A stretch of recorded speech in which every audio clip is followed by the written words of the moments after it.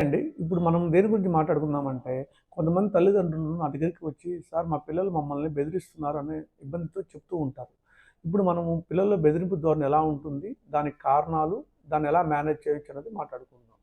పిల్లల్లో బెదిరింపు ధోరణి ఎలా ఉంటుందంటే, అడిగిన వస్తువు ఇవ్వనప్పుడు కింద పడి దొర్లాడటము, బిగ్గరగా కేకలేయడము, వస్తువులు పగలగొట్టడము, చచ్చిపోతాను లేకపోతే ఇంట్లో నుంచి వెళ్ళిపోతానని తల్లిదండ్రులు బెదిరించడం చేస్తూ ఉంటారు.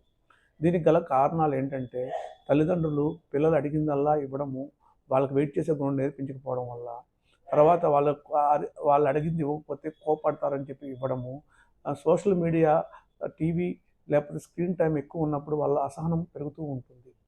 ఈ పిల్లల ముందు తల్లిదండ్రులు గొడవలు ఆడుకోవడం కూడా ప్రధానమైన కారణాలు. దీన్ని ఎలా మేనేజ్ చేయాలంటే, పిల్లలు అరుస్తున్నప్పుడు తల్లిదండ్రులు శాంతంగా రెస్పాండ్ అవ్వాలి. పిల్లల్లో నెగోషియేషన్స్ ప్రతిదాన్ని ఎంకరేజ్ చేయకూడదు.